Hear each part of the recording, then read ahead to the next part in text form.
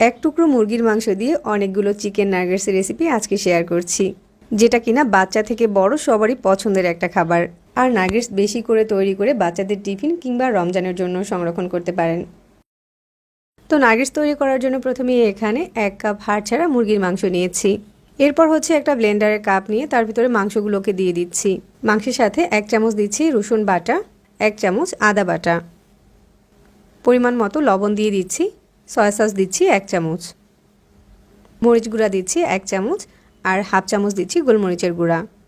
টেস্টটাকে balance করার জন্য half চামচের মতো চিনি দিয়ে দিচ্ছি, তবে এটা স্কিপ করতে পারবেন।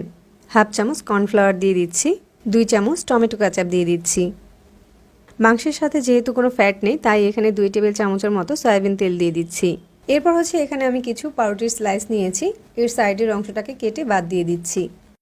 পাউরুটিটা মাংসের পরিমাণ বুঝে ব্যবহার করতে হবে। এই যেমন 1 কাপ মুরগির মাংসের জন্য এখানে আমি 4 পিস ব্রেড ব্যবহার করছি। ব্লেন্ড করার সুবিধার জন্য পাউরুটিটাকে কেটে ছোট করে নিচ্ছি, আর এটা কাটা হয়ে গেলে মাংসের সাথে ব্লেন্ডারের কাপে নিয়ে নিচ্ছি। এখন এই সব কিছু একসাথে ব্লেন্ড করে নিব। তো পাউরুটি আর মুরগির মাংসটাকে আমি স্মুথ করে ব্লেন্ড করে নিয়েছি। এখন হচ্ছে একটা প্লেটে কিছুটা তেল ব্রাশ করে নিচ্ছি, তারপর এখানে নাগেটসের মিশ্রণটা নিয়ে নিচ্ছি। এরপর আমি হাতেও কিছুটা তেল মাখিয়ে নিয়েছি।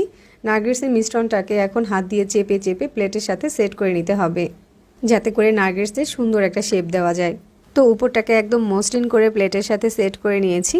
এখন এই প্লেটটাকে 15 মিনিটের জন্য ডিপ ফ্রিজে রেখে দিব। 15 মিনিট পরে প্লেটটাকে আমি ফ্রিজ থেকে বের করে নিয়েছি। এখন হচ্ছে নাগেটসের শেপটা দিয়ে নিচ্ছি। এটা হালকা কিছুটা শক্ত হওয়াতে শেপটা কিন্তু খুব সুন্দরভাবে দেওয়া যাচ্ছে। এবার হচ্ছে এক সাইড থেকে নাগেটসগুলোকে উঠিয়ে নিতে হবে, আর হাত দিয়ে হালকা একটু চেপে শেপ দিয়ে নিতে হবে। আর 15 মিনিট এটাকে ফ্রিজে রাখার কারণে নাগেটসের শেপটা কিন্তু খুব সুন্দরভাবে দেওয়া যাচ্ছে। এরপর হচ্ছে এখানে একটা বাটিতে একটা ডিম ভেঙে ফেটিয়ে নিয়েছি, আর অন্য একটা বাটিতে এখানে কিছুটা ময়দা নিয়েছি। প্রথমে হচ্ছে নাগেটসগুলোকে আমি ময়দায় কোট করে নিব, এরপর ডিমের মিশ্রণের ভিতরে চুবিয়ে নিব। নাগেটসটাকে ডিম থেকে তুলে ব্রেড ক্রামের উপরে নিয়ে নিচ্ছি। এবার হচ্ছে ব্রেড ক্রাম দিয়ে কোট করে নিব।